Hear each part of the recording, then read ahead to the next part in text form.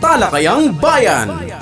Masusing pag-uusapan ang mga programa at proyekto ng bayan. Talakayang Bayan. Ilalahad ang mga plano at direktiba ng pamahalaan. Pag-aaralan ang bawat anggulo ng sitwasyon. Lilinawin ang bawat issue. Magbibigay ng matalino at makabuluhang talakayan. Talakayang Bayan. At nagbabalik ang ating programang Impormasyon ng Bayan para sa lahat. Nandito na po tayo sa ating ikalawang segment, ang Talakayang Bayan. Mapalad po tayo ngayong araw sapagkat makakasama po natin ang isa sa mga magigiting na principal dito sa bayan ng Brooks Point. Sabay-sabay po nating i-welcome ang Principal 3 ng Brooks Point National High School, Sir Edgardo Mucha. Maraming salamat, Sir, sa pagpapaunlak ng aming interview at welcome po sa ating programang Impormasyon ng Bayan para sa lahat. So, ayan, Sir. Nandito po tayo, Sir, para magkaroon po tayo ng konting katanungan sa inyo so that the people could understand kung ano nga po ba ang preparation ng mga paaralan. Ngayon pong papasok na po ang school year 2026 to 2027. So, para sa kaalaman po ng lahat, ano nga po ba, Sir, yung Brigada Eskwela at bakit ito mahalagang bahagi sa paghahanda para sa pagbubukas ng klase sa school year 2026 to 2027? Good morning. Ang Brigada Eskwela kasi yan ay na pangkultura ng Department of Education na bago mag-start yung klase kasi ay inihanda ang paaralan para doon kasi dinidevelop yung spirit of volunteerism. Okay po. At the same time, para po pagdating ng regular na klase, ang bawat classroom, ang bawat bata, ang bawat paligid, buildings at iba pa ay handa sa pagbubukas ng eskwela. Okay po, Sir. Kailan po isinasagawa yung Brigada Eskwela?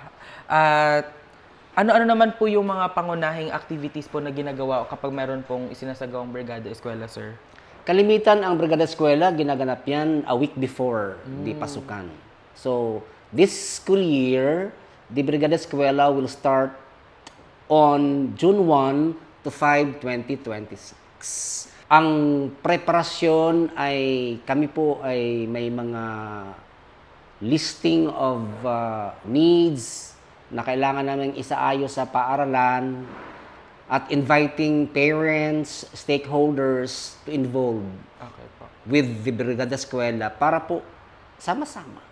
At nakikita po namin yung taong may pagmamahal sa paaralan. Kasi we cannot oblige volunteers, parents, alumni, but we invite them to be in the Brigada Eskwela in preparation for the opening of classes. So far, Sir, how is your preparation po dito sa inyong paaralan sa Brooks Point National High School? As of now, nailathala na namin yung mga needs ng paaralan. Inilambing na namin sa bawat isa, especially yung mga stakeholders, especially yung mga LGUs natin, yung ating mga nasa labas na mga organization, hanggang doon lang. Kasi nga, we cannot solicit from them na yung pangsapilitan. Ang importante, bukal sa puso na nagmula sa kanila. Kaya, as of this time, parang parang nasa Facebook na ata yung aming yung aming mga programa, yung activities namin. At the same time, nasa tarpaulin, nasa gate po yata nakalagay na.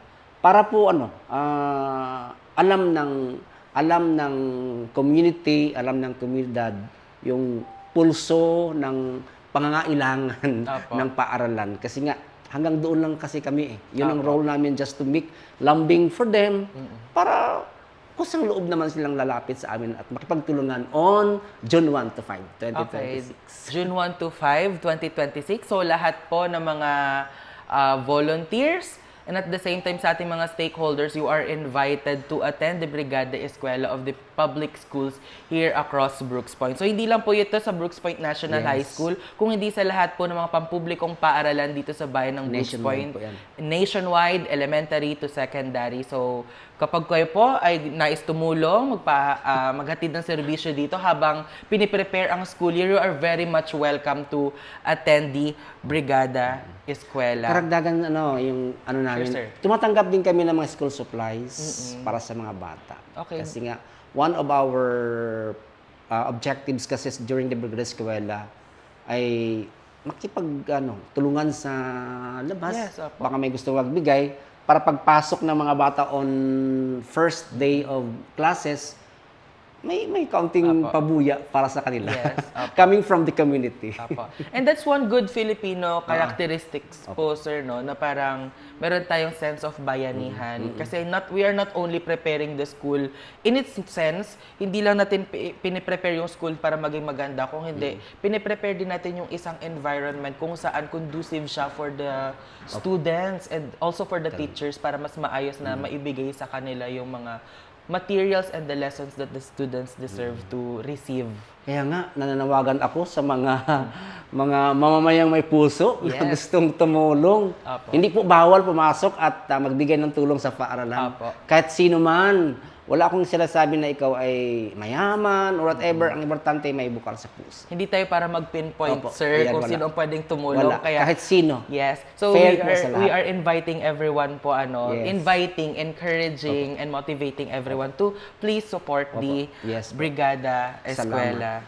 And ano po yung pangunahing layunin, sir, or rationale ng Department of Education sa pagpapatupad ng Brigada Eskwela taon-taon? Kasi, sir, you have been teaching or you have been in the Department of Education for many years already. So, taon-taon po talaga may Brigada Eskwela. Bukod po sa nabanggit niyo po kanina, ano po ba yung parang pinaka-rationale po or layunin ng Department of Education for that? Kami kasi sumusunod kami sa mandato ng Department of Education. May DepEd order po talaga na dapat naming sundin para nationwide ang aming paaralan. Lahat po ng mga paaralan sa buong Pilipinas ay susunod sa programang ito. At parang nakikita ko, based on my own experience, parang naging kultura na namin na bago mag-start ang klase, kailangan magkaroon ng ganito para smooth na agad, immediately, at the start of the classes, wala nang kung ano-anong panggawain, automatic lesson po kaagad. Opo, yes. Kasi sa pagdating ng school year, sir, doon pa lang tayo Kaya nagalinis nga. sa mga agyo ng... Na-experience ko yan noon Opo. na, aroy, bago pa mag-start ang klase, magsipagwalisan pa. But this time, well prepared lahat. Basta't po yung namumuno ng paaralan, siya po yung magbigay ng mga guidelines sa mga kasamahan, directives sa mga teachers para well implemented po ang Brigada Eskwela during the opening of classes.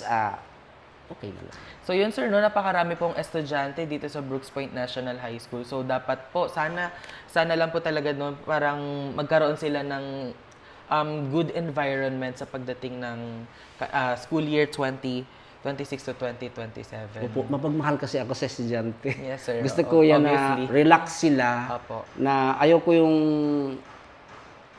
nakafocus ko sila lagi yung attention ko sa estudyante eh. Apo. Na gusto ko na hindi naman sabi kong kagandahan, ang importante conducive yung paaralan. Apo. Kaya sabi ko nga, ang i-develop natin dito yung power of action, ay collective action. Apo, yes po. Yun. Kasi gusto ko yung hindi lang yung mga tao sa labas, yung community, even the students are dapat makipagtulungan din para Yes. mag-maintain yung magandahan ng paaralan. Yes po. At saka, at the same time, pagka-conducive kasi ang paaralan, kuya, Apo. ang galing ng learning ng Yeah, mga bata. opo. Ang sarap pakinggan pag uwi nila malinis, yung ganito, whatever. At nakikiisa sila. Hindi lang before ang Brigada Eskwela and then the entire school year, andoon yung power ng collective action ng bawat isa. Apo. Siyempre, sir, kung baga parang ganun din po kayo, no, sir? Parang mas masarap magpahinga sa isang malinis na kwarto. Parang mas masarap magtrabaho sa isang malinis na opisina. Kaya ganun din yung parang natin, sir, no, layunin natin sa mga kabataan, especially sa mga estudyante, na dapat meron silang espasyo, hindi lamang paaralan, kundi hindi lang mga silid mga classrooms, kundi buong paaralan, sir, na parang makikita nila na parang ano sila, na parang na-enjoy nila yung learnings because safe yung environment po nila. Paano naman po nahihikayat ng paaralan or ng Brooks Point National High School yung pakikilahok po ng mga magulang, volunteers, alumni, at iba pang mga sektor ng komunidad sa Brigada Eskwela? Kanina po na-mention nyo na po na may mga tarpaulins po kayo. In a way, sir, paano nyo pa po may invite pa po yung mga iba't ibang sector to help you as you prepare for this Brigada Eskwela, sir? Kami kasi bago kasi mag-end yung klase, parang will inform na yung mga community at saka students na before yung opening ng klase, magkaroon ng Brigada Eskwela. Yes, At the same time, guided po kami ng memorandum kung ano po yung dapat naming i-prepare, ano po yung aming dapat ayusin. Opo. Kasi hindi po kami pwede makapagawa ng major repair. Yeah, Dapat mga minor repairs lang. At saka yan po ay talagang naipresenta namin sa community yan para makita nila kung anong needs ng school. Kaya sabi ko, ang importante, nailathala natin sa kanila. Apo. Ang mahalaga, sabi ko sa kanila, yung ating pangangailangan na inandyan, pero bahala na silang tumingin kung ano ang gusto nilang na itulong sa atin in a way na nandoon yung spirito ng volunteerism. Yes po. Yun lang simple. Na-mention niyo po kanina, sir, yung parang yung major na adjustment, major repair kanina. Napakahirap po, sir, no, na mag-adjust for that major repair kasi marami pa pong inaasikaso for the procurement, for yung procurement, sir, na mga ganon. Kaya kumbaga parang kitang-kita din po natin, syempre yung efforts po na mga kaguruan na some people would use their own money para lang mapaayos yung mga classroom po nila. And saludo po tayo sa ganon. Although, syempre we call for the naman po na efforts, collective efforts na sana mabigyan ng paraan or ng daan yung paaralan na magbigyan sila ng sir, ng services para mas mapalinis yung mga paaralan. Kasi ako po ay anak po ng isang guro. So alam ko po na si mama talaga ay naglalabas po siya minsan ng sarili niyang budget for that. Mapalinis lang yung kanyang classroom. Pero ngayon, kuya, hindi. Ang sabi ko sa teachers, just present all na mga needs ninyo. Kasi yan naman ay mapupuntahan naman din sa school MOE. Apo. At saka iwasan natin yun ng parang nakikita ko na nahihirapan ang teachers kasi nga dahil they spend their own Opo, of money for the sake of the Brigada Eskwela. Sabi ko, hindi. Yes po. Ang gagawin natin ngayon, utay-utay lang. Kung kailangan natin ng major repair, i-report natin sa taas Yes, para matugunan naman.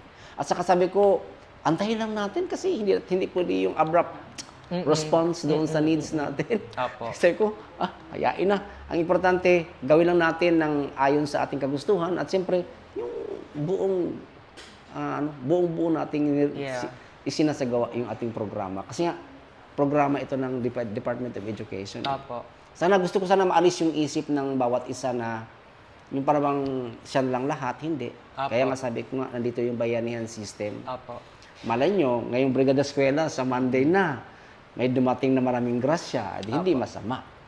And saludo po tayo sa ganong mindset po, sir. Maraming salamat po for leading a school kung saan may ganon pong mindset na dapat hindi po maglabas talaga ng personal money ang isang guro just to make the classroom better. Because I believe it is the school, not only the school but also the government's duty to to make the classroom effective or parang safe for everyone, for every learners, for every teachers. Sa inyo pong observation, sir, paano po nakakatulong itong Brigada Eskwela hindi lamang sa paghahanda ng mga pasilidad, kundi pati sa pagpapalakas ng bayanihan at malasakit para sa edukasyon? Kasi syempre, sir, napapansin po natin na at some point, reality speaking, yung mga public schools dito sa Pilipinas ay lagging siya compared to the ASEAN countries and internationally. So, paano po natutulungan nitong Brigada Eskwela yung mindset po ng mga tao in the sense of bayanihan? Nakikita ko kasi yung sustainability ng program.